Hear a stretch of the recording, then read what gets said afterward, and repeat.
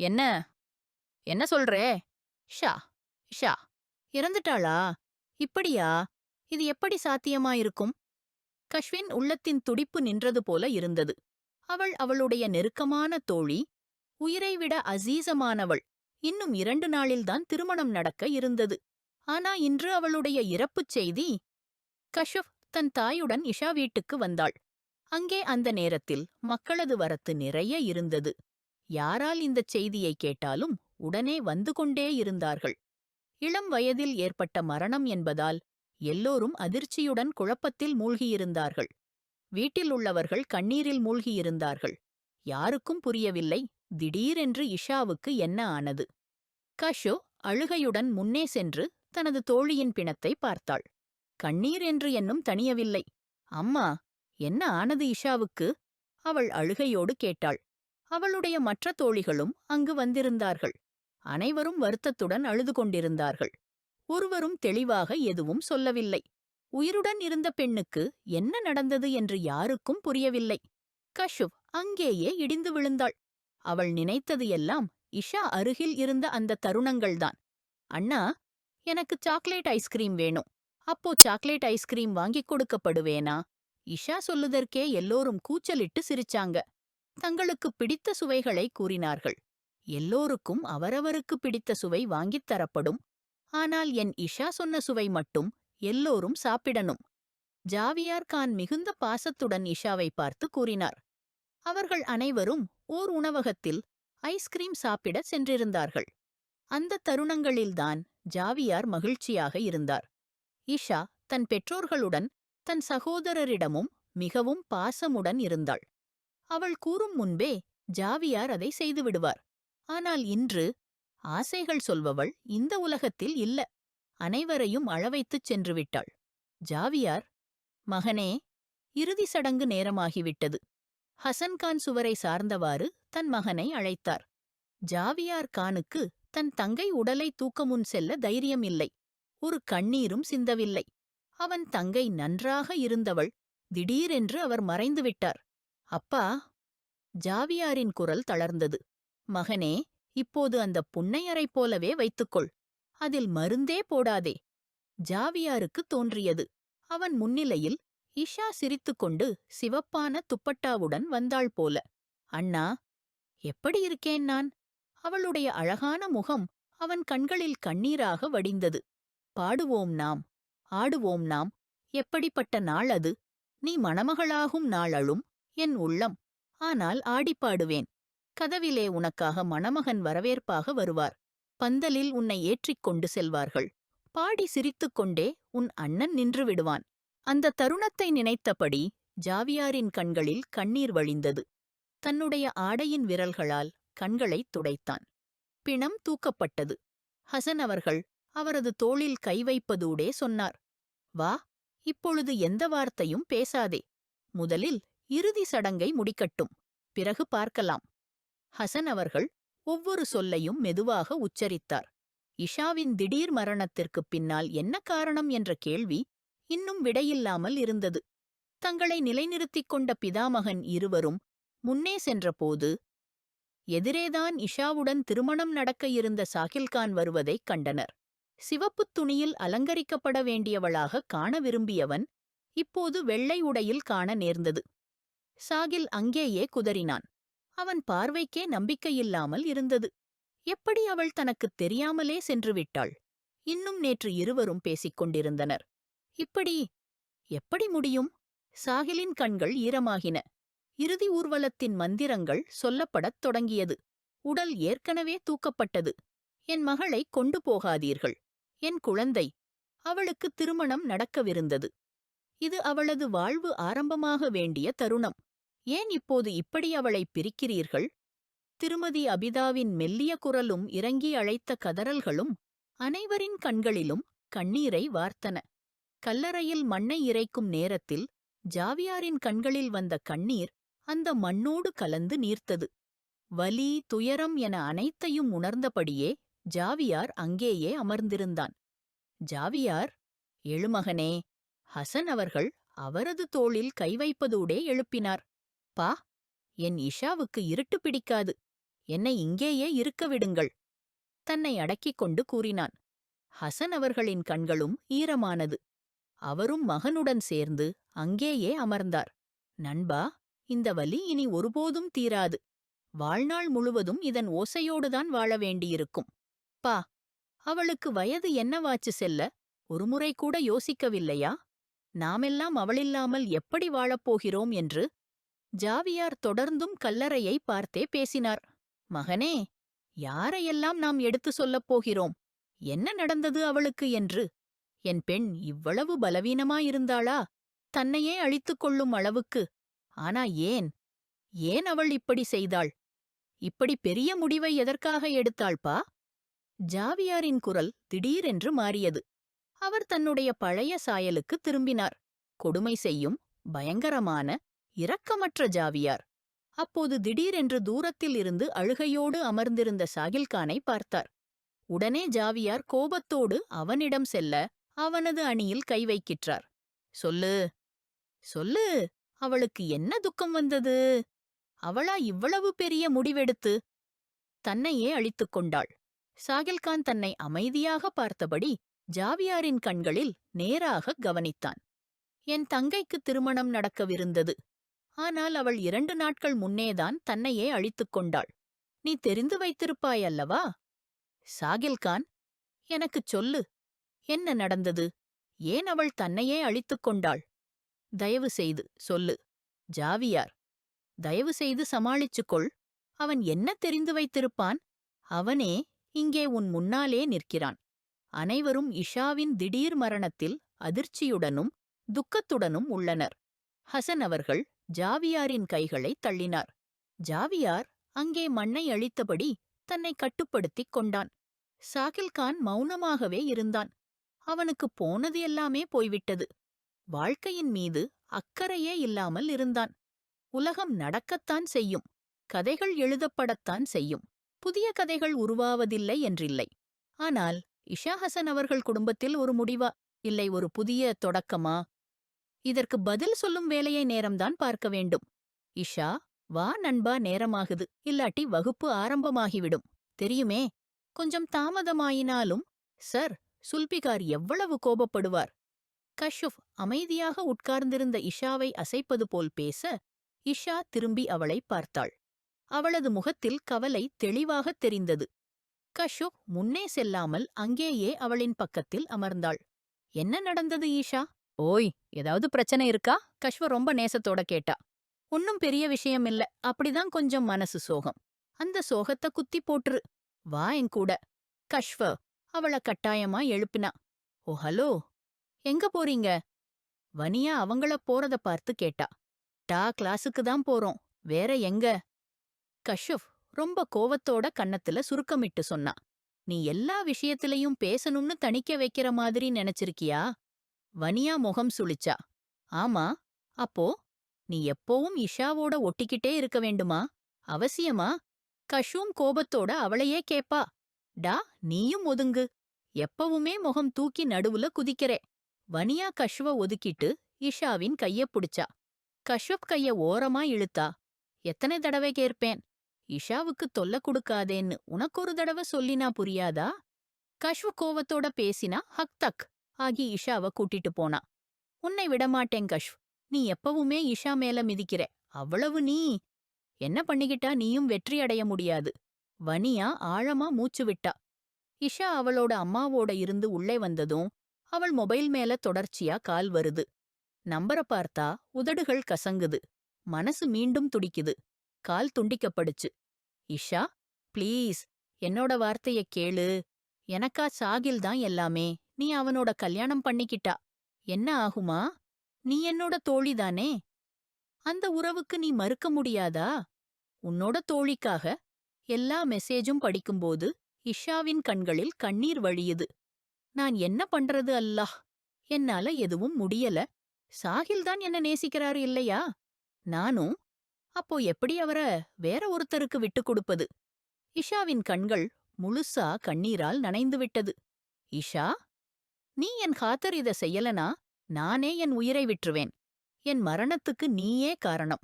இந்த வார்த்தைகள் இஷாவின் மனசுல நிறைய பிஸியா போச்சு. அதாலதான் அவள ஸ்லீப்பிங் பில்லஸ் எடுத்து குடிச்சிட்டா. தேவைக்கு மேல எடுத்ததால உடம்பு ரியாக்ட் பண்ற மாதிரி ஆயிடுச்சு. அவளோட மரணம் ஆகிடுச்சு. ஜாவியார் படுக்கைக்கு நெருங்கி சுவற்றில் சாய்ந்தான். இன்னைக்கு 2 நாள் ஆகுது இஷா இறந்ததுக்கு. அவன் தினமும் அவளோட கல்லறைக்குப் போயிட்டு நேரம் முழுசும் அங்கதான் இருந்துட்டு அதிக நேரம் மஸ்ஜித்லயும் அல்லது சத்கா செய்வதுல கழிக்கிறான். எப்பவுமே சிரிக்கிற இஷா இப்போ இல்ல. மிஸ்ஸஸ் ஆபிதா ஓரளவு நல்லா இருக்காங்க. இல்லன்னா ஒவ்வொரு நிமிஷமும் இஷாவை ஞாபகப்படுத்தி மயங்கறதுதான். ஹசன்கானுக்கு 2 பசங்க தான். பெரியவன் ஜாவியார்.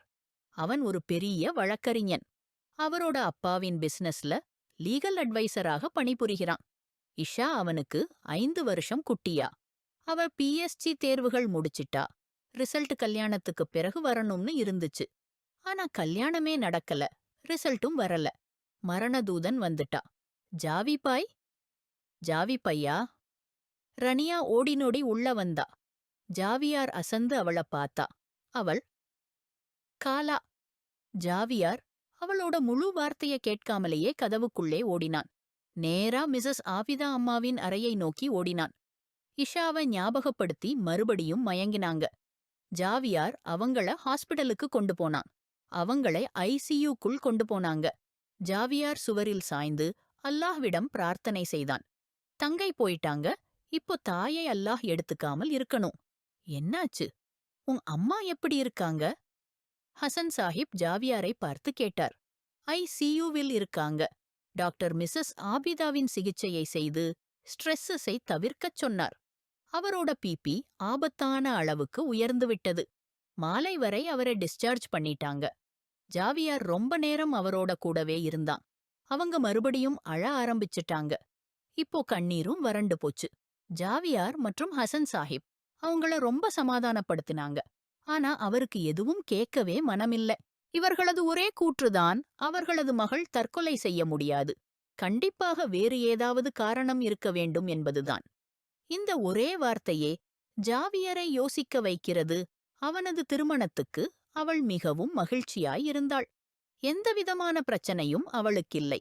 சாகில்கான் அவளது விருப்பம். அவளும் ஷாகில்கானுக்கு விருப்பமானவள்தான். எல்லாம் சரியாகத்தான் இருந்தது. பிறகு தவறு எங்கே நடந்தது? ஜாவியர் அவர்களுக்கு மருந்து கொடுத்தவாறு ராணியாவை அவர்களிடம் விட்டுவிட்டு தானாக அஷா என்னும் பெண்ணின் அறை நோக்கி நகர்ந்தான். அவளது அறையைத் திறந்தவுடன் ஒரு அமைதி அவனை வரவேற்றது. ஜாவியரின் இதயம் கிழிந்தது போலிருந்தது. அவனது கால்கள் முன்னே செல்ல மறுத்தன. மீண்டும் ஒருமுறை உள்ளத்திலிருந்து வலி எழுந்தது. தனது உள்ளத்தில் உள்ள வலியை அடக்கிக் கொண்டு அவன் முன்னே சென்றான். அவளது படுக்கை அறையை பார்த்தான். அவளது புத்தகங்களை பார்த்தான்.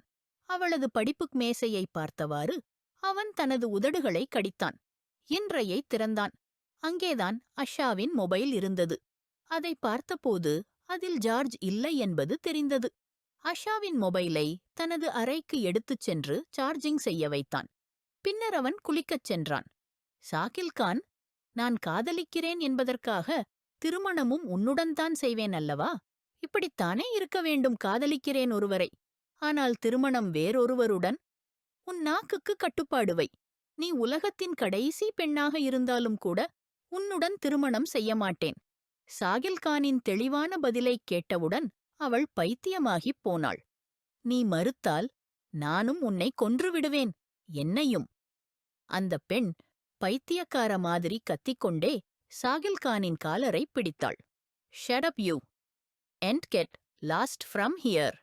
சாகில்கான் தனது காலரை விலக்கிக் கொண்டு பின்வாங்கினார். சாகில்கான், நீ என்னை விட்டுச் செல்ல முடியாது.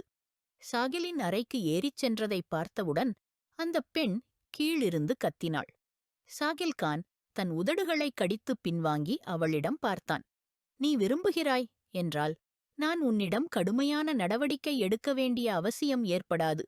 உடனே இங்கிருந்து வெளியே போ. இல்லையென்றால் உனக்குத் தெரியாது.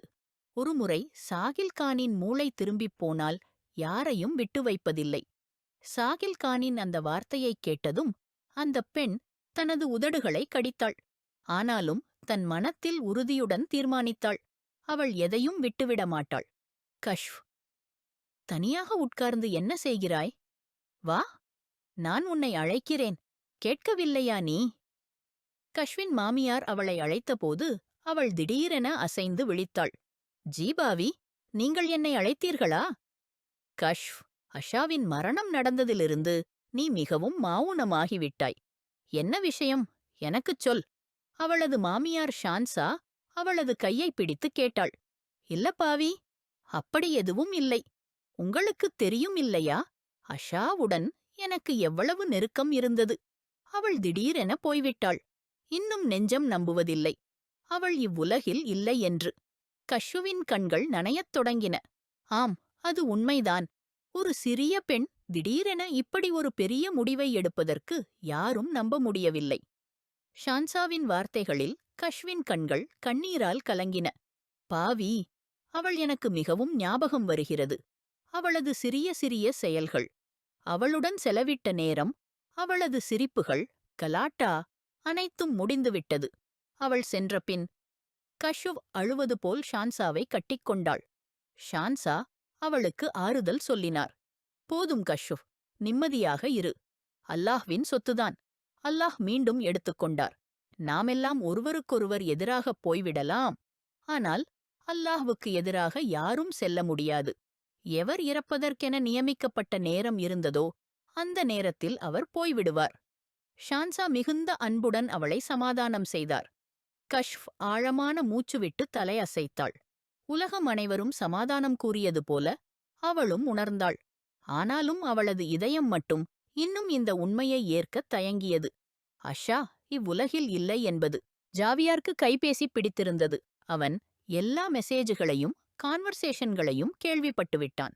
மற்றவனின் எண்ணும் எந்த பெயரில் சேமிக்கப்பட்டிருந்ததென்றும் பார்த்துவிட்டான்.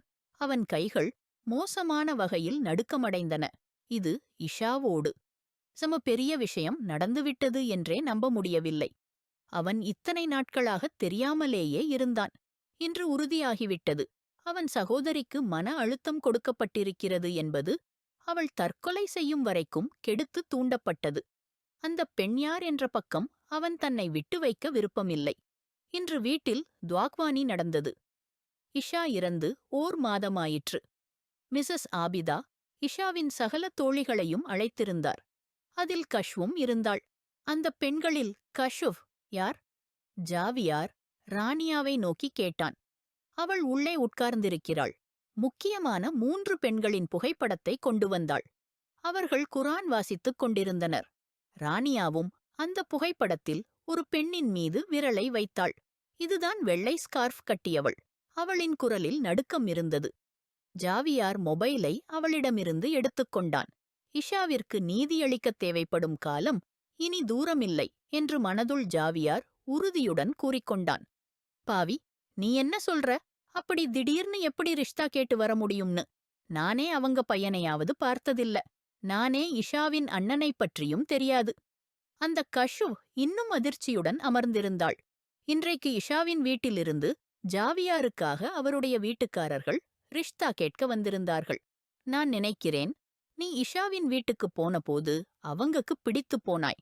அதனால்தான் உன்னை ரிஷ்தா கேட்டு வந்திருக்கிறாங்க. ஷான்சே மிகவும் அன்புடன் சொன்னாள். வா, வெளியே வந்துட்டு நீயே இனி போய் நேரில் பேசணும். ஷான்ஜேவின் வார்த்தையில் கஷ்வ் குழம்பினாள்.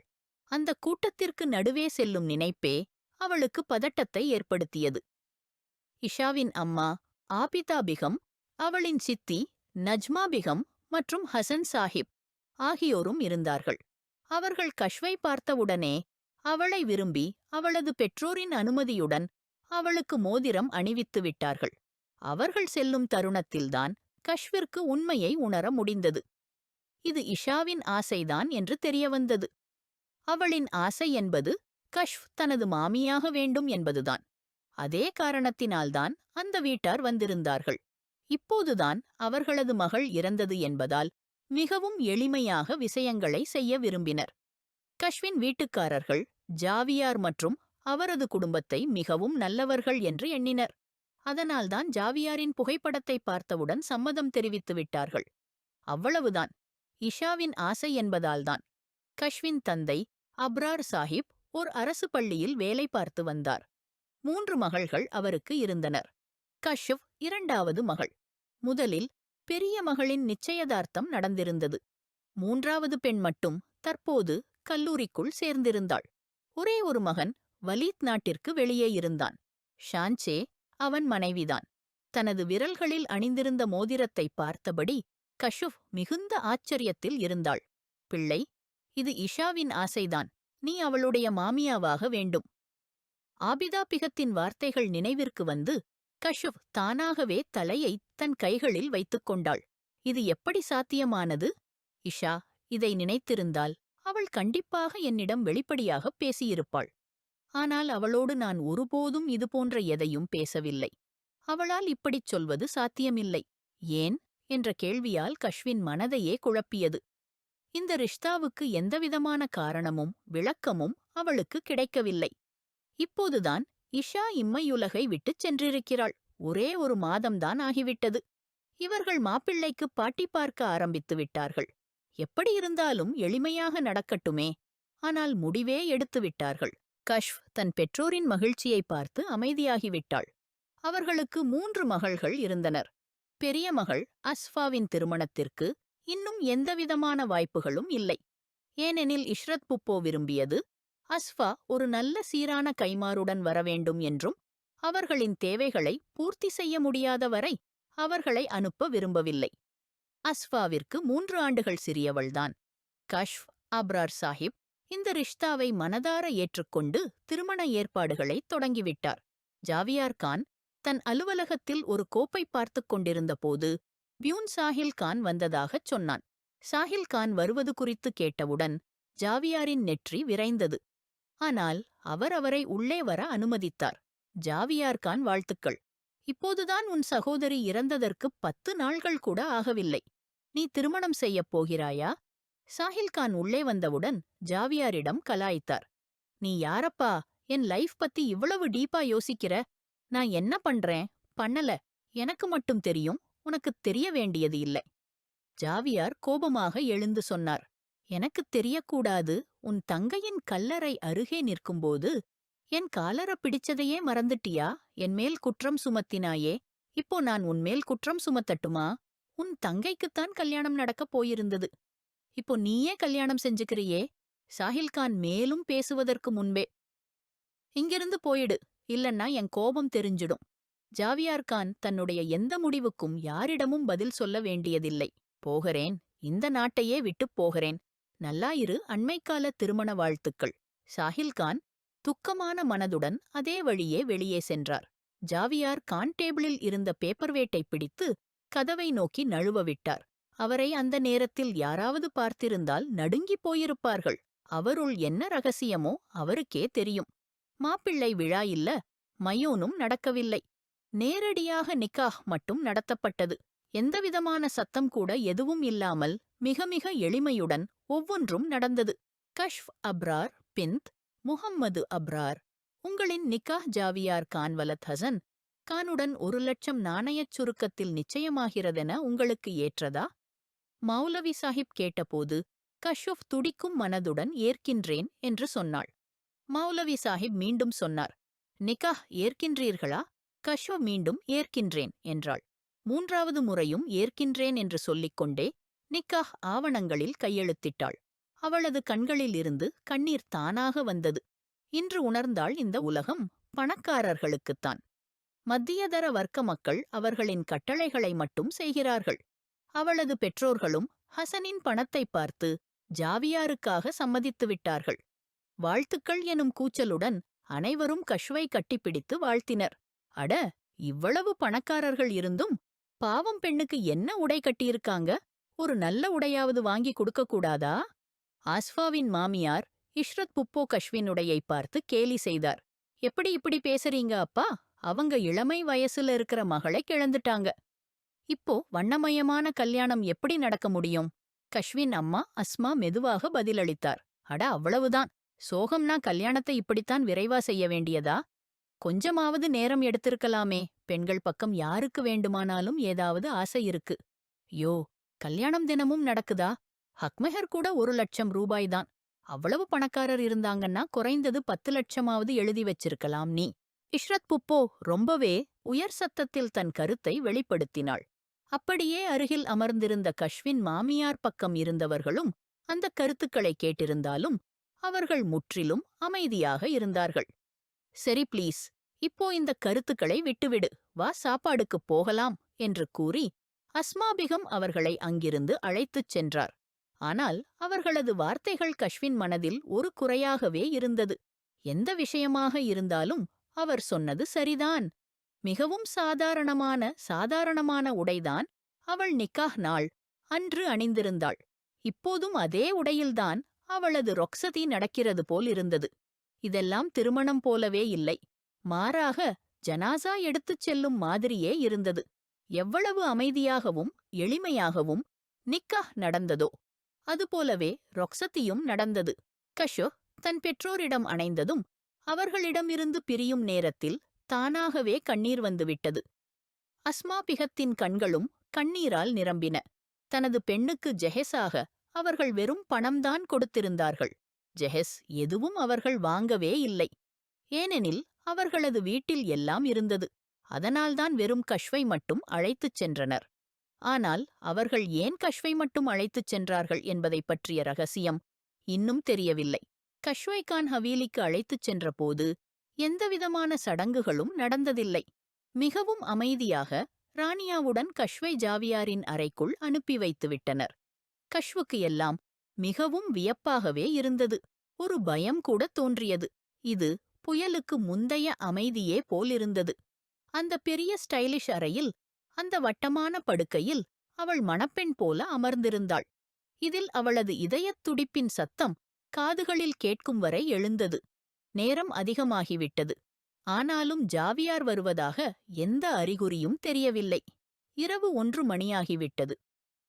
கஷு சோர்வடைந்து நின்றுவிட்டாள். அவள் டிரெஸ்ஸிங்கிற்குப் போய்ச் சம்மதித்தாள். டிரெஸ்ஸிங் மேசையில் இருந்தவை அனைத்தும் இறக்குமதியானவையாய் இருந்தன. கஷு எதையும் தொட்டதில்லை. அவள் அணிந்திருந்த நகைகளை அகற்றி வைக்க தனது துப்பட்டாவை அகற்றி கையில் பிடித்துக்கொண்டு தனது உருவத்தை கண்ணாடியில் பார்த்தாள். அந்த எளிமையான மணமகள் உடையில் கூட அவளது அழகு பிரகாசமாகத் தெரிந்தது.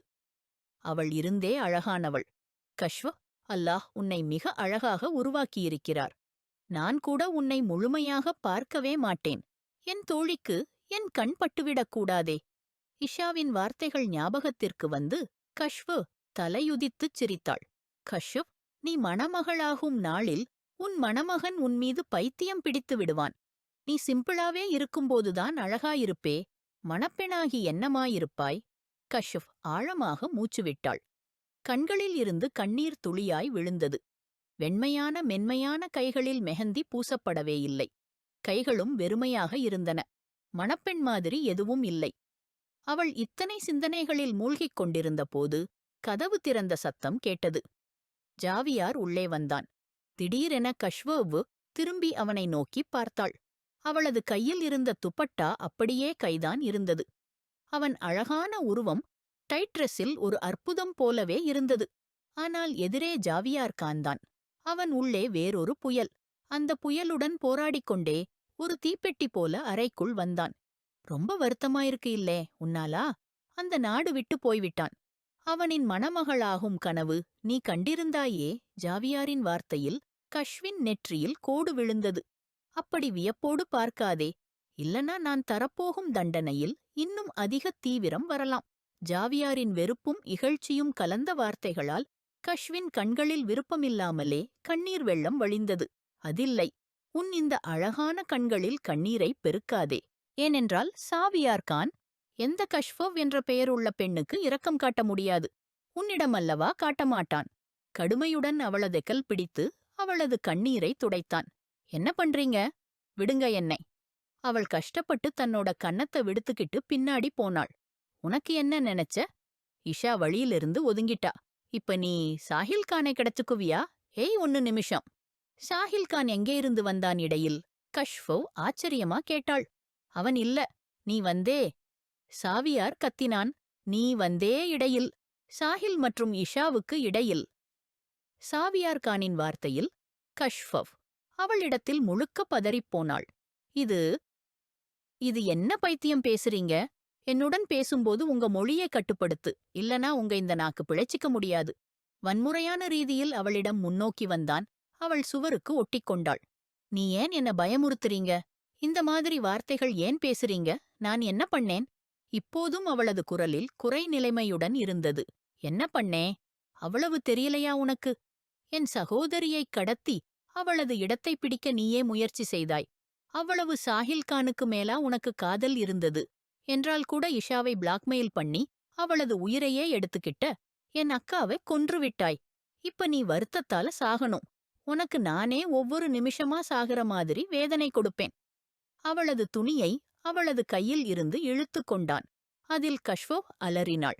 அவள் துக்கத்தோடும் துயரத்தோடும் அவனை பார்த்தாள். விடுங்க என்னை. நான் இந்த மாதிரி ஒன்னும் செய்யல. என்னை குற்றவாளியாக்குறீங்க இது. கஷ்வோ அவளது துணியை சாவியாரிடமிருந்து பிடிக்க முயன்றாள். அதை சாவியார் வலியுடன் இழுத்து அவளது மார்பில் இணைத்துக் கொண்டான். என் சகோதரி இறந்திருக்கிறாள். உன்னால்தான். நீ அவளை தற்கொலை செய்யத் தூண்டினாய். மிகவும் விருப்பமாயிருந்ததா? மற்றவரது நிச்சயதார்த்த ஆளிடம் காதல் கொடுப்பதற்கு இப்ப உன் கட்டாயமான கணவருடன் உன் உள்ளிருக்கும் தீயை அழைத்துக்கொள். சொல்லு. எங்கிருந்து தொடங்கலாம்? சாவியாரின் வார்த்தையில் கஷ்வின் உடம்பே நடுங்கியது. உங்களுக்கு அல்லாஹ்வின் சத்தியமாயிருக்கு ப்ளீஸ். இந்த மாதிரி ஒன்னும் பேசாதீங்க. நான் என்னை கூட பார்க்க முடியாத நிலைக்கு போயிடுவேன். அவள் அழுது வேண்டிக் கொண்டாள். துணியை பிடித்தபடி, நீ இன்னும் சாவியார் கானை தெரியாது. அதனாலதான் உன் குற்றத்தை ஒப்புக் கொடுக்கல. நான் உன்னை உயிரோடு இருக்கிற போதே சாகும்படி செய்யும்போது நீயே சொல்றேன்னு பாரு. ஏன் இதை பண்ணினாய்? அவளை படுக்கையில் வலியுடன் தூக்கி வீசியான். நீ வேண்டுமானால் என்னை கொன்றுட்டாலும் பரவாயில்லை. ஆனா நான் சொல்லுவேன், இது எல்லாமே பொய். இது குற்றச்சாட்டுதான். அவள் பைத்தியமாய் கத்தினாள். 1 நிமிஷம் நீ இப்படியெல்லாம் ஒத்துக்க மாட்ட. சாவியார் முன்வந்து ட்ரையரிலிருந்து இஷாவின் மொபைலை எடுத்தான். அதிலுள்ள மெசேஜ்கள் அனைத்தையும் கஷ்வுவுக்கு முன்பாக வீசினான். இப்ப சொல்லு. இந்த நம்பர் உன்னுடையதல்ல. இதை நீ எழுதலையா? அவனது வார்த்தைகள் கேட்டு கஷ்வு மொபைலை எடுத்துப் பார்த்தாள். அவள் படிக்க படிக்க உடம்பே நடுங்கியது. நீ எங்களுக்குள் இருந்து விலகலன்னா நான் சாகிடுவேன். கஷ்வோ பேரில் இருந்தது அனைத்து மெசேஜ்களும். கஷ்வவ் ஆச்சரியத்தோடும் நம்ப முடியாமலும் சாவியாரை பார்த்தாள். இப்பவும் ஒத்துக்க மாட்டேங்கிறா? நீ ஒரு கொலைகாரி. என் அக்காவை உன் வார்த்தைகள்தான் கொன்றது. கஷ்வவ் அப்ரார். அவனது கத்தலில் கஷ்வவ் பயந்து பின்னோக்கி சென்றாள். இது என் நம்பர் இல்ல. அவள் பயந்தபடி சொன்னாள். சரி, மெசேஜ் முடிவில் எழுதப்பட்டுள்ள பெயரும் நீயே எழுதினாயா? சாவியார் அவளது துணியை கைகளில் சுற்றி பல்லை கடித்தபடி சொன்னான். இல்ல, எனக்கு தெரியல. இந்த எல்லாம் எப்படி? ப்ளீஸ் சாவியார். எனக்கு பயமுறுத்தாதீங்க. நான் உண்மையாவே சொல்றேன். எனக்கு எதுவும் தெரியாது. அவள் சுவரில் கலந்து அழுதாள். அவளது இருபுறமும் கைகளை வைத்து கஷ்வவை பிடித்தான். கஷ்வோ பயந்து போய் சுவாசமே நின்றுவிட்டது. ஏன் நீ இப்படிச் செய்தாய்? நண்பன்தானே அவள் உனக்கு. அப்படின்னால் ஏன் வேதனை கொடுத்தாய்? சொல், பதில் சொல். அவன் பின்காரத்தோடு கூறினான். அப்படி இருக்குமென்றால் உன்னால் என்னை கல்யாணம் செய்ய முடிந்திருக்குமா? கஷ்வ் துடிக்கத் துடிக்க கண்ணீருடன் அழுதாள். அப்படி இருந்திருந்தால் எனக்கெல்லாம் எல்லா பாதைகளும் தெளிவாக இருந்திருக்கும் அல்லவா? நான் அப்படியென்றால் அந்த ஆளுடன் தான் கல்யாணம் செய்திருப்பேன் அல்லவா? உன்னோடன் நிக்காஹ் ஏன் செய்தேன்? என் பெற்றோர் ஏன் உன்னைத்தான் தேர்ந்தெடுத்தனர்? கஷ்வின் இந்த வார்த்தைகள் கேட்டு ஒரு நொடியிற்கு சாவியார் மௌனமாகிவிட்டான். அவள் சொல்வது உண்மையே. அவளுக்குச் சாஹிலுடன் காதல் இருந்திருந்தால் அவள் இவ்வளவு குறுகிய நேரத்தில் அவனை ஏற்றுக்கொண்டிருப்பாளா? மறுத்திருப்பாள். என்னை குழப்பாதே. உன் வசம் இருந்திருந்தால் நீ சாஹில்கானை திருமணம் செய்திருப்பாய். ஆனால் ஈஷா போன பின்பு சாஹில்கான் உன்னையும் உன்னுடைய காதலையும் தூக்கி எறிந்துவிட்டான். அதனால உனக்கு வேற விருப்பமில்லாம நீ முடிவு செய்தாய். சரி, யாராக இருந்தாலும் பரவாயில்லை என்று. நீங்க போன்ற நடுத்தர வகுப்பினர் காதலை எப்படி புரிந்து கொள்வீர்கள்? உங்களுக்குத் தேவையானது பணம்தான். யார் பணம் வீசியாரோ அவர்களுக்காகவே தங்களை வேணுமென்று கொடுத்து விடுகிறீர்கள். என்னிடம் இருந்து விலகி நில். திடீரென கஷு அவனை பின்னோக்கித் தள்ளினாள். அவன் கொஞ்சம் தடுமாறினான். நீ ஒரு சிக்குப் பிடித்தவன்தான். கஷ்வுக்கு அவனது வார்த்தைகள் மிகவும் காயம் அளித்தன. நான் சிக்கா? நீதான் ஒரு ஃபில்டி. அவளை படுக்கையில் தள்ளிவிட்டு கோபத்தில் தன் சட்டையை கிழித்த வண்ணம் அவள் மேல் விழுந்தான். அந்த கணத்தில் சாவியாரின் மனம் முற்றிலும் குழம்பிவிட்டது. விட்டுவிடுங்கள் என்னை, நான் எதுவும் செய்யவில்லை. அவள் துடிக்கவும் ஒதுங்கவும் செய்தாள். ஆனால் சாவியாரின் வலுவான பிடியில் இருந்து தன்னை விடுவிக்க முடியவில்லை. அவளது 2 மணிக்கட்டுகளை படுக்கையின் இருபுறங்களிலும் ஒட்ட வைத்த வண்ணம் அவள் மீது ஆணவமாகவே மீளவும் மீளவும் தாக்கினான்.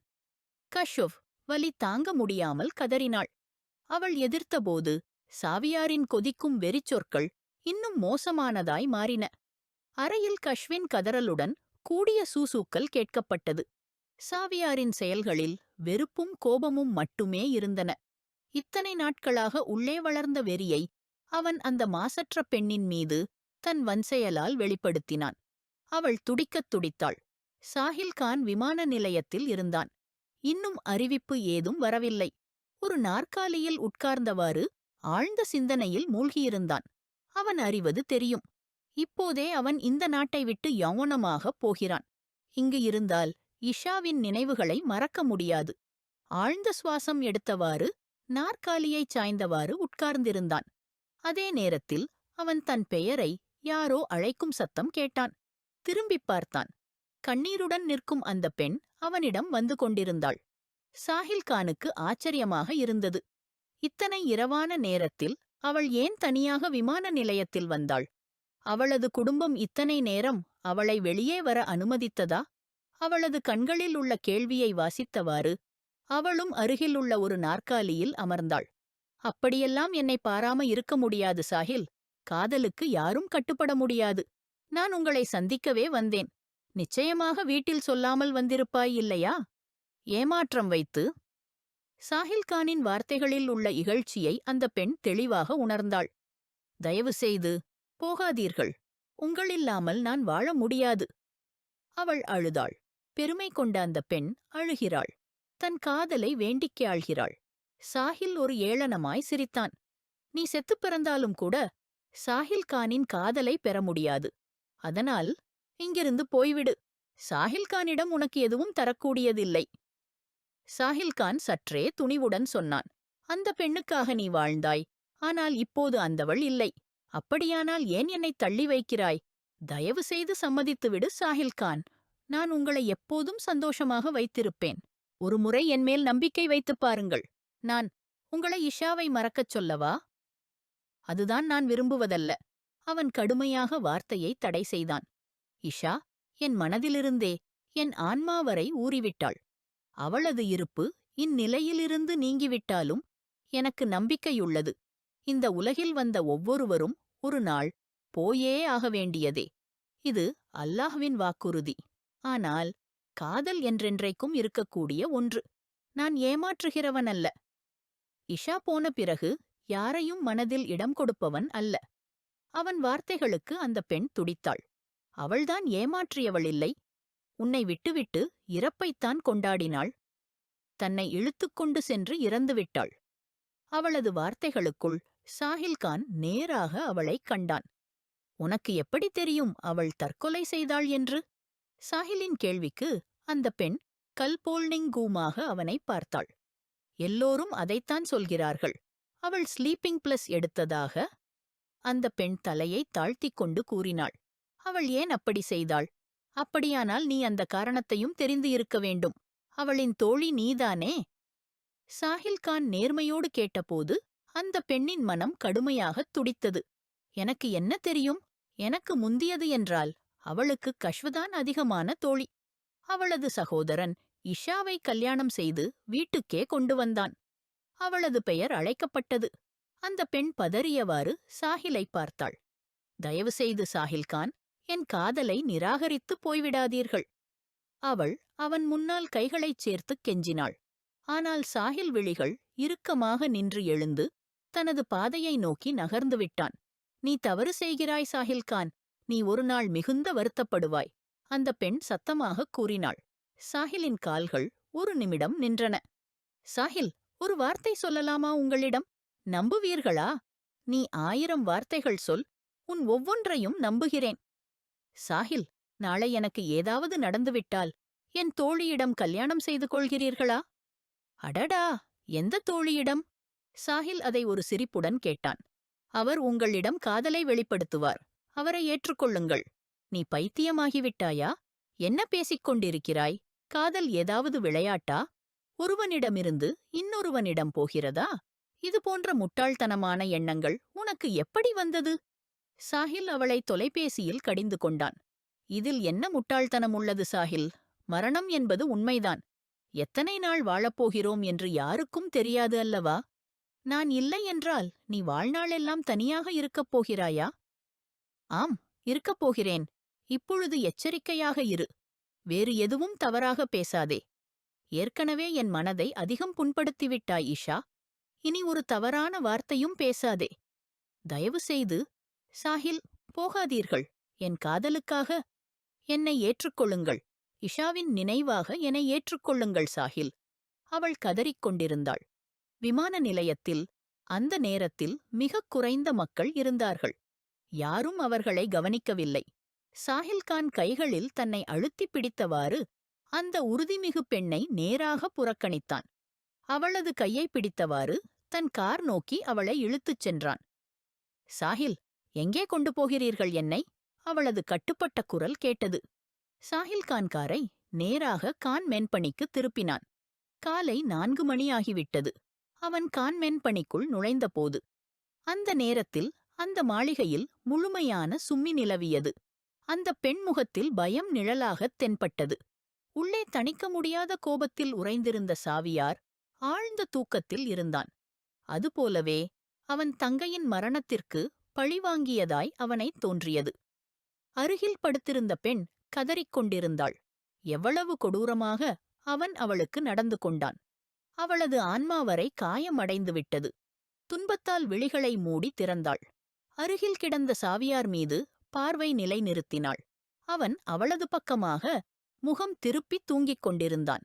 கஷுவ் அவனை பார்த்தவுடன் வெறுப்புடன் முகத்தைத் திருப்பினாள். அவளது உடலில் அவனது ஷர்ட் இருக்கிறது என்பதை உணர்ந்தவுடன் அவளது உள்ளத்தில் எரியும் சினக்கிணறு பொங்கியது. மெதுவாக படுக்கையிலிருந்து எழுந்தவள் திரும்பி ஒரு முறை அந்த மனித உருவிலுள்ள கொடூரத்தின் முகத்தை பார்த்தாள். ஜாவியார்கான், காதலா இல்லை என்று தெரியாது. ஆனால் கஷ்வ அப்ராருக்கு உங்கள் மேல் இப்போது ஆழமான வெறுப்புதான் இருக்கிறது. என்னோடு நீங்கள் செய்ததற்குப் பிறகு உங்களை நான் ஒருபோதும் மன்னிக்க மாட்டேன். அவள் சோகத்தில் நொந்தபடி மெதுவாக ஒவ்வொரு அடியும் எடுத்து குளியலறைக்குச் சென்றாள். அதே நேரத்தில் ஜாவியாரின் கண்கள் திறந்தன. ஒரு பக்கமாய் திரும்பியவுடன் உள்ளம் திடீரென குழப்பமடைந்தது. அந்த மெல்லிய பெண்ணின் மேல் தன் கோபத்தை அவன் இறக்கிவிட்டான். அவனுக்கு ஒரே நினைவே, அவள் காரணமாகத்தான் இஷா தற்கொலை செய்தாள். அவளுக்கு சாஹில்கான் வேண்டும் என்ற ஆசை இருந்தது. அந்த எண்ணமே அவனுள் தீப்பிழம்பாக வெடித்தது. அந்த தீயில் அவன் அந்த பெண்ணின் அமைதியையே சிதைத்துவிட்டான். ஜாவியார் தன் அடர்ந்த முடிகளை ஒரு திரள் கையால் துடைத்தான். பின்னர் எழுந்து ட்ரெஸ்ஸிங் ரூமுக்குள் நுழைந்தான். வெளியே வந்தபோது கஷு இன்னும் குளியலறையிலிருந்து வந்துவில்லை. கஷு, கஷு, வெளியே வா! அவன் அழைத்தான். ஆனால் பதில் இல்லை. கதவை மெதுவாகத் தள்ளியபோது அது திறந்துவிட்டது. உடனே ஜாவியார் உள்ளே நுழைந்தான். ஷவர் ஓடிக்கொண்டிருந்தது. கீழே அவள் விழுந்திருந்தாள். ஜாவியார் விரைவாக சென்று அவளை தூக்கினான். கஷு, கஷுவ், கண்ணைத் திற! அவன் தானும் முழுக்க நனைந்துவிட்டான். கஷுவ் பிராணபயமின்றி அவனது வெள்ளை டீ ஷர்ட் அணிந்தவாறே நடுங்கிக் கொண்டிருந்தாள். ஜாவியார் குளிர்ந்த நீரின் ஷவரை நிறுத்தி வெப்பமான நீரின் ஷவரை தொடங்கினான். பைத்தியக்காரப் பெண்! அவளை தன் மார்பில் சாய்த்தவாறு நின்றான். இருவரும் இப்போது வெப்பமான நீரில் நனைந்து கொண்டிருந்தனர். அவளை முழுமையாக தன் மீது சாய்த்தவாறு ஜாவியார் கண்களை மூடிக்கொண்டான். அப்படியிருந்தால் நான் உங்களை கல்யாணம் செய்திருப்பேனா? கஷு துடிக்கத் துடிக்க அழுதாள். அவள் வார்த்தைகள் ஜாவியாரின் உள்ளத்தில் மின்னல் போல் தாக்கின. அப்படியிருந்திருந்தால் எனக்கெல்லாம் வழிகள் தெளிவாக இருந்திருக்கும் அல்லவா? நான் அந்த ஆளையே கல்யாணம் செய்திருப்பேன். உங்களை ஏன் திருமணம் செய்தேன்? என் பெற்றோர் ஏன் உங்களைத் தேர்ந்தெடுத்தார்கள்? அவளது வார்த்தைகள் நினைவில் வந்து ஜாவியார் ஆழ்ந்த சுவாசம் எடுத்தான். இவள் உண்மையாக இருந்தால் என்ன? இந்த எண்ணமே ஜாவியாரை பதற்றத்தில் ஆழ்த்தியது. இல்லை, இவள் பொய் பேசுகிறாள். அவளது மெசேஜுகளை நான் இஷாவின் மொபைலில் பார்த்தேன். காதலை அவள்தான் சொன்னாள். அதைத்தான் நண்பனாக அவள் ஏற்றுக்கொண்டு இஷா தன்னை முடித்தாள். நான் இவளை ஒருபோதும் மன்னிக்க மாட்டேன். மனது சொல்கிறது உயிரோடு விடக்கூடாது. ஆனால் இல்லையென்றாலும் ஒவ்வொரு இரவிலும் அவளை அவள்தான் அழத் தூண்டுவேன். சாஹில்கானின் நெருக்கத்தை ஏங்கினாயே, இப்போது என் நெருக்கத்தில் தவிப்பாய், அழுவாய், தப்பிக்க வேண்டி கெஞ்சுவாய். ஜாவியார் ஷவரை நிறுத்தினான். அவளை தன் கைகளில் தூக்கி அவளது உடையையும் நனையும்படி விட்டான். அவள் இன்னும் நிலைபேறற்ற நிலையில் இருந்தாள். அவன் அதைக் கண்டும் காயமடைந்த மனம் மட்டுமே இருந்தது. அவளது மூச்சுகளில் மெல்ல ஓர் அழுத்தம் உணர்ந்தவுடன் கஷுப் கலக்கமடைந்தவாறே பதறினாள். திடீரென விழிகள் திறந்தவுடன் அவன் நெருக்கத்திலிருந்து தள்ளி வைக்க முயன்றாள். ஆனால் ஜாவியார் அவளது 2 கைகளையும் சுவர் மீது உரைத்து வைத்து அவளது மூச்சுகளை தன் வசத்தில் கொண்டு வந்தான். அதே நேரத்தில் ஷவரை மீண்டும் ஓடவிட்டான். கஷுப் அதிர்ச்சியில் அவனை தன் உடலிலிருந்து தள்ளவே எண்ணியபோது ஜாவியார் மீண்டும் அவளை கட்டுப்பாட்டில் கொண்டு வந்து விட்டான். என்ன வேடிக்கை இது காலையிலேயே? சாஹில்கானின் சத்தம் கேட்டவுடன் மிஸ்டர் ஹசன் கான் வெளியே வந்தார். சாகில்கான் அந்த பெண்ணை வெகுவாகத் தள்ளியது. அவள் தடுமாறி ஹசன்கானின் கால்களில் விழுந்தாள். உங்களுடைய குடும்பப் பெண்ணை நீங்கள் கட்டுப்படுத்த முடியாவிட்டால் சாலையில் நடக்கும் நாய்கள் முன்னால் தூக்கி எறியுங்கள், அல்லது கழுத்தில் கட்டுப்போட்டு வீட்டுக்குள்ளேயே கட்டித் தூருங்கள். சாகில்கான் ஹசன்கான் கோபத்தில் கத்தினார். இல்லை ஹசன்கான், இன்று அல்லல்ல, இன்னைக்கு எல்லாம் முடிந்துவிட்டது. இஷா தன்னை சாக வைத்துக் கொண்டாள். இந்த பெண்ணால். சாகில்கான் வேதனையோடு அந்த பெண்ணைச் சுத்தார். அவள் நம்ப முடியாத பார்வையுடன் சாகிலை பார்த்துக் கொண்டிருந்தாள். மற்றும் நீங்கள் அவளுக்கு அடைக்கலம் கொடுத்திருக்கிறீர்கள். உங்கள் குடல் உள்ளே பாம்பை வளர்த்திருக்கிறீர்கள். இன்னும் நேரம் இருக்கிறது, விழித்துக் கொள்வீர்கள். இல்லையென்றால் இந்த பாம்பு எங்கு கடிக்கும் என்பது உங்களுக்கே தெரியாது. என்ன திமிர் பேசுற? திமிர் இல்ல, கேளுங்க அவளிடம். நள்ளிரவில் என்னைத் தொடர்ந்து விமான நிலையம் வரை வந்து என்ன செய்ய வந்தாள்? கேளுங்க. ஜாவியாரின் வெறியால் சோர்ந்து கிடந்த கஷ்ஃபுப் அவளது தலையை ஜாவியாரின் மார்பில் வைத்தாள். சுருண்ட சுவாசங்களில் ஜாவியாரை மீண்டும் உணர்வுக்குக் கொண்டு வந்தாள். நான் தப்பில்ல ஜாவியார், என்னை இவ்வளவு சித்திரவதை செய்யாதீங்க. அவள் அழுது தகர்ந்து போனாள். ஜாவியார் அவளது முடியைப் பிடித்து கழுத்தை பின்னால் இழுத்தார். அவளது கண்கள் மூடியிருந்தன. நான் உன்னம்ப முடியல என்று அவளது கழுத்தில் தன் வன்முறையின் தடங்களை விட்டுவிட்டார். நீங்க உண்மையை தெரிந்து கொள்வீங்க ஜாவியார், ஆனா நான் உங்களை மன்னிக்க மாட்டேன். அவள் அழுது அழுது அவன் மீது உண்மையை புரிய வைத்தாள். ஆனால் ஜாவியார் எந்த பதிலும் சொல்லாமலே அவளது சரீரத்தில் தன் வெறிச்சிறையை ஒட்டிவிட்டார். எங்கேயோ அடக்கி வைத்த கோபம் பொங்கி வெடித்தது. இன்று அந்த மென்மையான உடலை இறங்காமல் நசுக்கியது. எதிர்வரும் நேரத்தில் அவன் தன்னை இந்த செயலுக்காக ஒருபோதும் மன்னிக்க முடியாதவனாகிவிடுவான் என்பதை அவன் உணரவே இல்ல. ஹசன்கான் திரும்பி அந்த விழுந்திருந்த பெண்ணை பார்த்தார். அவள் தன்னைத்தானே நிலைத்துக் கொண்டு எழுந்தாள். சாகில்கான் சொல்வது உண்மையா? ஹசன்கானின் கோபமுள்ள குரலில் அந்த பெண்ணுக்கு நடுங்கலாகிவிட்டது. மிஸஸ் ஆஃபிதா வெளியே வந்துவிட்டார். மறுபுறம் ராணியா சத்தம் கேட்டு வெளியே வந்தாள். ஆப்பி? ராணியாவின் அழைப்பில் அவள் திரும்பினாள். உதடுகளை இறுக்கிப் பார்த்தாள். அங்கிள், இவங்கள் பொய் பேசுறாங்க, எனக்கு தெரியாது. இவங்கள் என்ன பேசுறாங்கன்னு என்றவுடன் அப்படியே முடித்துவிட்டாள். சாகில்கான் காயமுற்ற மனதுடன் ஹசன்கானை பார்த்தார். கேட்டீங்களா? பார்த்தீங்களா? விமான நிலையத்தில் எல்லாரும் இருக்கும் இடத்தில் என் மீது காதலை வெளிப்படுத்துறவள் வீட்டுக்குள்ளே வந்ததும் மறுக்கிறாள். அப்படிப்பட்டவளை நீங்க என்ன சொல்லுவீங்க? சாகிலின் வார்த்தையில் ஹசன்கானின் உள்ளே நெருப்புக் கதிர்கள் வெடிக்க ஆரம்பித்தன. அவர் திரும்பி கையெழுப்பியிருந்தார். வானியாவும் கன்னத்தில் கை வைத்து அதிர்ச்சியுடன் பார்த்தாள். காலை வெளிச்சம் மெதுவாக கான்வென்ஷனில் பரவ ஆரம்பித்தது. இருண்ட இரவின் சாயல் நீங்க ஆரம்பித்தது. ஆமாம், ஆமாம், நான் சாகில்கானை காதலிக்கிறேன். மிக மிக ஆசையா காதலிக்கிறேன். அவனுக்காக உயிர் கொடுக்க முடியும், உயிரை எடுத்துவிடவும் முடியும் என்று கோபமாக எல்லாரிடமும் தன்னுடைய காதலை வெளிப்படையாக ஒப்புக்கொண்டாள். படிக்கட்டில் நின்று கொண்டிருந்த ஜாவியாரின் மீது முழு வீடு சாய்ந்த மாதிரி இருந்தது. அவர் அவ்வளவுதான் வெளியே வந்திருந்தார். வானியாவின் கடைசி வார்த்தைகளை கேட்டுவிட்டார். அப்படியே அந்த படிக்கட்டில் உறைந்து நின்றுவிட்டார். நீங்க உண்மையை தெரிஞ்சு கொள்ளும்போது, ஜாவியார், நீங்க என்னை மன்னிப்பு கேப்பீங்க.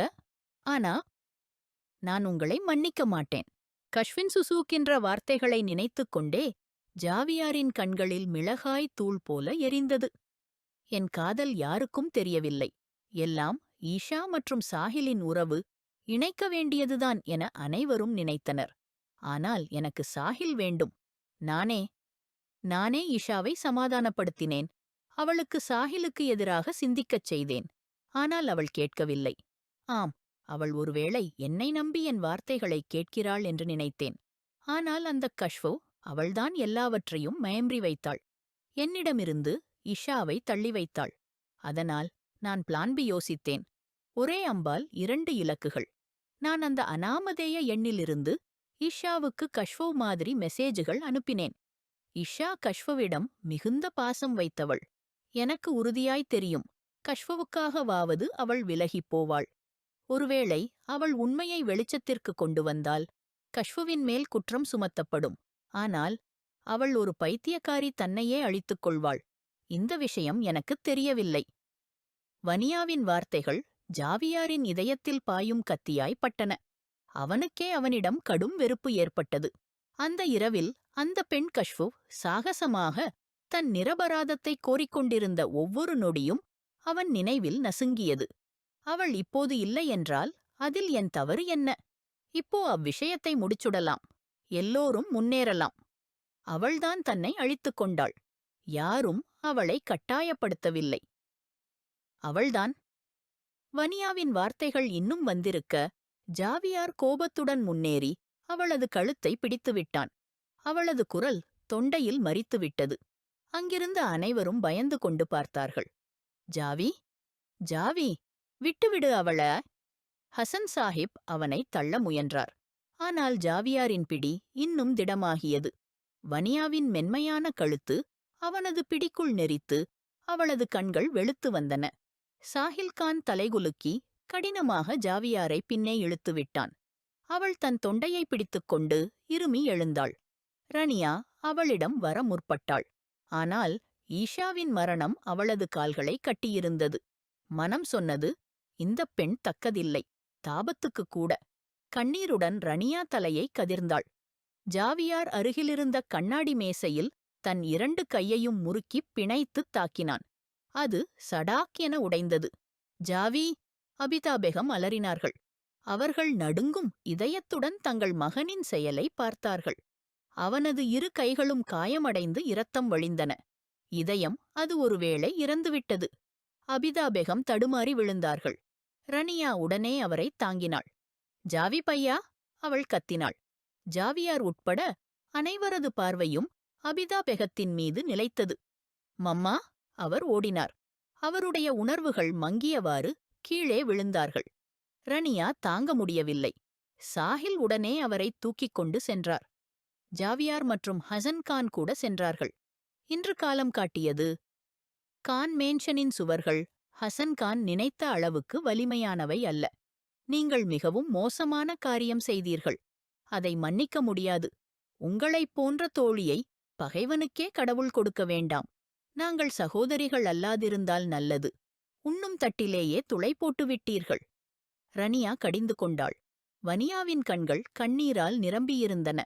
துக்கம், மிகுந்த துக்கம்.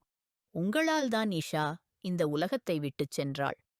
கஷ்வோ பழிவாங்கலின் பலியாகிவிட்டாள். ரனியாவின் வார்த்தைக்கு வனியாவின் தலையுறிந்தது.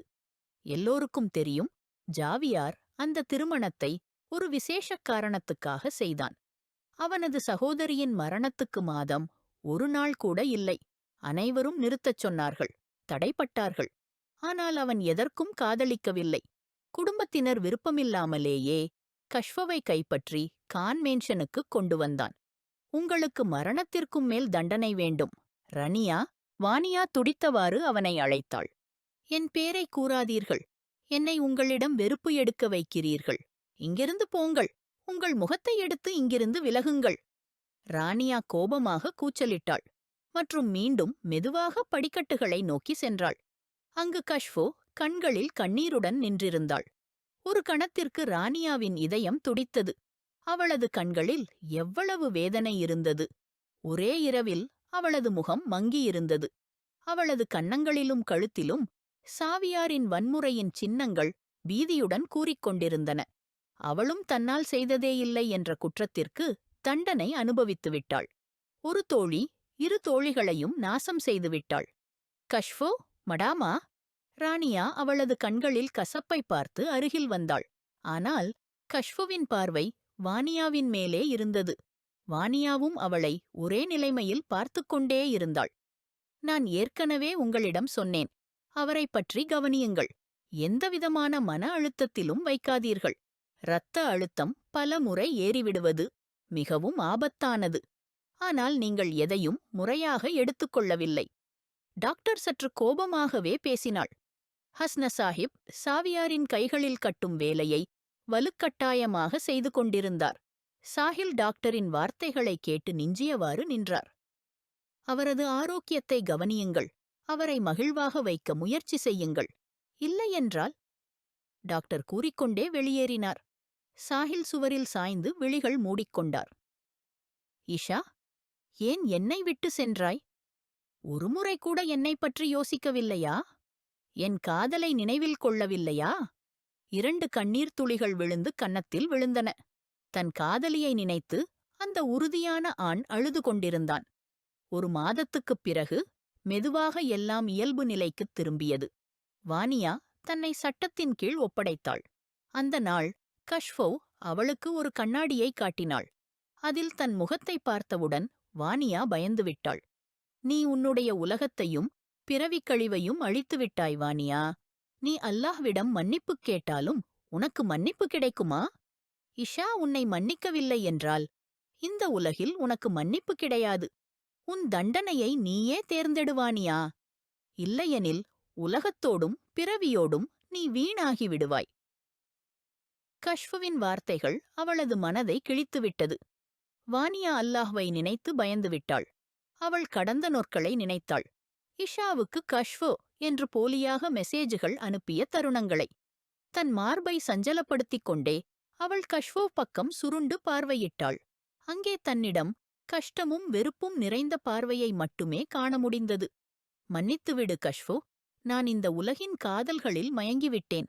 அல்லாஹ்வின் நாமத்தில் கேட்டுக்கொள்கிறேன், தயவு செய்து மன்னித்துவிடு. அவள் கஷ்ஃபவ் முன் கைகளை ஜோடித்தாள். ஆனால் இப்போது கஷ்ஃபவ் எந்த மன்னிப்பும் விரும்பவில்லை. கஷ்ஃபவ் தன் முகத்தை திருப்பினாள். அவளது சகோதரி போன்ற தோழி இப்போது இல்லை. வானியா அவளது பெயரை கூறி இஷாவை பிளாக்மெயில் செய்துவிட்டாள். இஷா, நீ ஒருமுறை என்னிடம் நேரடியாக பேசித்தான் இருந்தாய். என்னிடம் கேட்டிருந்தாய். நீ என் மீது அவ்வளவு மாற்றமான பார்வையில் பார்த்தாயே. ஆனால் என்னிடம் எதுவும் கூறவில்லை. நான்தானே புரிந்திருக்க வேண்டும். உன் உள்ளே கொந்தளிப்பை, உன் வேதனையை. அவள் படுக்கையில் விழுந்தாள். நான் என்ன தோழி, உன்னிடம் நட்பு கொண்டேன் என்று சொல்லிக் கொண்டே இருந்தேன். ஆனால் உன் வலியைக் கூட உணரவில்லை. பார்வை படுக்கையை நோக்கி சென்றதும் கண்ணீர் மீண்டும் தாரையாகப் பாய்ந்தன. சாவியார் அவளது உடலையும் உயிரையும் எப்படி நசுக்கியாரோ அது அவளது உள்ளத்தையே கொன்று வைத்திருந்தது. இஷா இந்த உலகத்திலிருந்து சென்றுவிட்ட பிறகு எல்லோரிடமும் இறந்தவளாகவே ஆகிவிட்டாள். ஆனால் அவள் உயிரோடு இருந்தபோதிலேயே இறந்துவிட்டாள். சாவியார் அவளுடைய முகத்தை எதிர்கொள்ள முடியாமல், மன்னிப்போடு பேசவும் முடியாமல் நேரடியாக துபாய்க்கு கிளம்பிவிட்டார். இன்று அவரை விட்டுப் போனதற்கு 2 மாதங்கள் ஆகின்றன. அவர் அப்போது முதல் தாயபிதா பீகமுடன் மட்டுமே தொலைபேசியில் பேசி வந்தார். ஜிஸ்மேன் வோ உசே வாபஸ் புல்லாத்தீன், கஷ்ஃபோ கஹவாலா தெய்தீன். உஸ்கா நாம் சுன்கே சாவியார் கி तफ्टकनेन मामूल से हट जातीन, वो उस रात को याद करता जिसमें उसने अपने अंदर की तरिंदगी उस मासूम और बेगुनाह पे उतारी दे. वो खुद को खुद माफ नहीं कर पा रहा था तो कश्फो से क्या माफी मांगता. वक्त बहुत पटा मरहम है, शायद ऐसा सुना था सावियार ने, लेकिन आज उसे महसूस हो रहा था जब सख्म नासूर बन जाए तो फिर वक्त भी उसे नहीं पर बाता. आज आपिता पेकम का फोन आया तो उन्होंने जोदाया उसके. अत सावियार एक पल को पीदु पे न रुक सका और पहली फ्लाइट से पाकिस्तान पहुंचा। अब गई सी हाइनाफ पापी कितनी दफा कहा है अब से कि कहीं भी जाना हो दो मुझे बुलाया क्रेम। अब मैम यहीं आप के पास रहूनी आपको अकेला नहीं शोनी। रानिया ने कशफो की पैक के पीछे तकिया रखते हुए मुगहेजबत से कहा, कल वो किर की थी लेकिन बसत हो की थी मैम ते हुरानी जिसको मेरे बस होना चाहिए वो दो हाइम नहीं। तुम बे क्या पोज पनूम? कशफो का लहजा रौंद गया। आप सावी बाई को फोन करके बुला लें ना। क्या बदा वो इंतजार मेम होम? नहीम रानी उन्हें जाना चाहिए था क्या? उन्हें मगर अपनी लती का एहसास होता तो वो कभी न जाते। शायद वो शर्मिंदा होम। रानी की याद पे कशफव ने तुकी अंदाविल उसे देगा। शर्मिंदगी होती तो कभी न जा दे माफी मांग दे। कशफव ने रौंदे लहजे में कहते सर झटका। उसी पल रवासा खुलते सावियार अंदर दाखिल हुआ। रानिया और कशफव ने एक साथ गर्दन मुंह गेयाने वाले को देखा। रानिया के सेहरे को मुस्कान ने छुआ तो कशफव ने अपना रुख मोड़ लिया। रानिया खामोशी से सलाम करती आहर निकल की। सावियार ने एरे एरे कदम उसकी जानिब थाये जो अपना रुख दूसरी जानिब मोए पेटी थी। कशफव उसका नाम पुकारने ही कशफव की आनखों से आनसू फल फल करने लगे तो सेहरा दोनों हाथों में छुपाए पूट बूट गे रोती। सावियार ने बिना कुछ कहे उसके बास पेटे उसे अपने सीने से लगाया। कशफव ने खुद को छुआ न चाहा लेकिन सावियार की सख्त गिरफ्त से खुद को छुआ न बाई। कुतपल उजरे के कशफव के आनसू खुद ते खुद ही रुक की लेकिन उसका जिस्म पीकान रहा था। माफ कर तो की अपने अलिम शोहर को।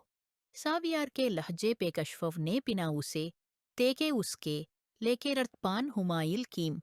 एक सकून सा उसके पूरे रक्व पे में मुतरा। उस सकून के लिए वो पिछले तो माह से तरस रही थी। आनखेन मोंदे उसने सावियार की औशमेम कहरसानस हरा। मुझे पता होता मेरी छोटी सी जान मुझे इतना मिस कर रही है तो मैं एक लकमे की देरी किए बिना अपनी जान के पास पहुंच जाता। सावियर ने उसकी नाक की डिब्बे अपने लप रखते मुस्कुरा के कहा, अब हुद पुरे हाइम आपने मुझे हर्ट किया फिर मुझे शोकेश चले के। कशफफ का लहजा फिर रौंद गया। जानता हूँ और ये भी जानता हूँ तुम तो शायद मुझे माफ करती लेकिन मैं खुद को कैसे माफ करदा? सावियर ने उदासी से कहा, फिर अब क्यों आए?